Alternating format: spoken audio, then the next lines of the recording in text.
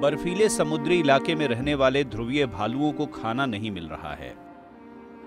पिछले साल सितंबर में आर्कटिक सागर की बर्फ अपने सालाना स्तर के सबसे निचले पायदान पर चली गई। इसीलिए गर्मियों में भूख मिटाने के लिए ध्रुवीय भालू जमीन पर जा रहे हैं।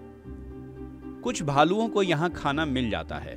बेरी, अंडे, समुद्री पक्षी और कई बार तो इलाके में रहने वाले हिरण की प्रजाति कैरिबो एंटलर भी इनका आहार बनते हैं।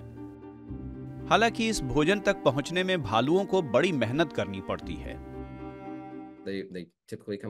भालू धरती पर जुलाई के आखिर और अगस्त की शुरुआत में आते हैं। हमने इस पर अगस्त के आखिर में और सितंबर की शुरुआत में काम किया। इसके बाद भी उनके पास 70 और दिन थे जब उनका वजन गिरता रहा। 3 हफ्तों में औसतन 21 किलो तक उनका वजन गिरा। जितनी ऊर्जा उन्हें भोजन से मिलती है, उससे ज्यादा तो उसे हासिल करने में खर्च हो जाती है।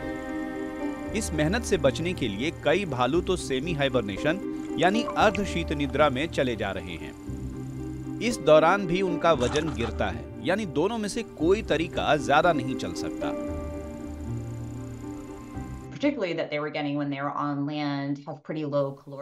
जमीन पर जो उन्हें खाना मिल रहा है उसमें कैलोरी बहुत कम होती है और भालुओं को उन्हें हासिल करने के लिए बहुत ऊर्जा खर्च करनी पड़ती है।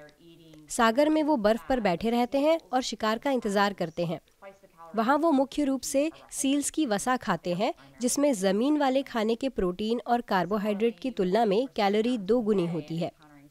जब वो खाड़ी में तैर रहे होते हैं और उन्हें कोई शव मिल जाता है तो तैरते हुए उसे खाने में उन्हें दिक्कत होती है।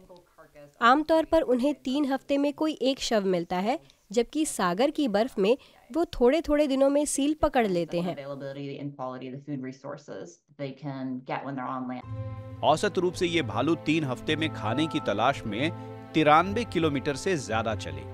एक मादा भालू ने तो 375 किलोमीटर तक का सफर तय कर लिया। ये रिसर्च हडसन बे के इलाके में की गई थी। यहाँ बर्फ की कमी के कारण भालुओं ने 1980 के दशक की तुलना में 3 हफ्ते ज्यादा समय धरती पर बिताया। ध्रुवीय भालुओं का मुख्य भोजन सील है। ये बर्फीले समुद्र में रहती हैं और इनके शरीर में खूब वसा होती है। मुझे लगता है कि हमारी स्टडी ने एक तरह से पहले के सबूतों की पुष्टि की है। ये भालू धरती पर समय गुजारने के लिए नहीं बने हैं। अगर वो वहाँ रहे तो उनमें कुछ बदलाव आएंगे जो उन्हें यहाँ धरती पर लंबे समय तक टिके रहने में मदद करेंगे। अमेरिका के मत्स्य और वन्यजीव विभाग ने ध्रुवीय भालुओं को उन जीवों में शामिल किया है जिन पर खतरा है।